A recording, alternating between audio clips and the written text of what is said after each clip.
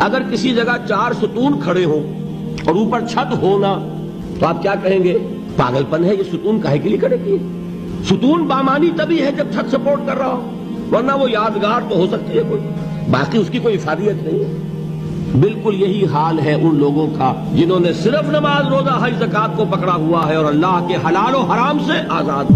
وہ پوری بندگی ان کے سامنے ہی نہیں، پوری زندگی میں اللہ کی غلامی یہ پیش نظر ہی نہیں، نماز روزہ حج زکوٰۃ یہ کر لیا اور دین کے تقاضے گویا کہ پورے ہو گئے۔ اس کا وائسی ورثہ بھی ہے، چھت ہو ہی نہیں سکتی جب تک ستون نہ ہو، لہذا وہ اللہ کی بندگی ہم تک نہیں ہو سکے گی اگر یہ ستون ہی تم نے قائم کی۔ کوئی شخص بنا پھرتا ہو اللہ کا بڑا ہی عاشق اور رسول کا بہت ہی محبت کرنے والا اور نماز پڑھتا نہ ہو تو ہے فریبی کے نہیں، دھوکے باز ہے کہ نہیں؟ یہ چھت کا دعویٰ کر رہا ہے بغیر ستون کے اور وہ ستون لیے بیٹھا ہے بغیر چھت کے، دونوں شکلیں یکساں غلط۔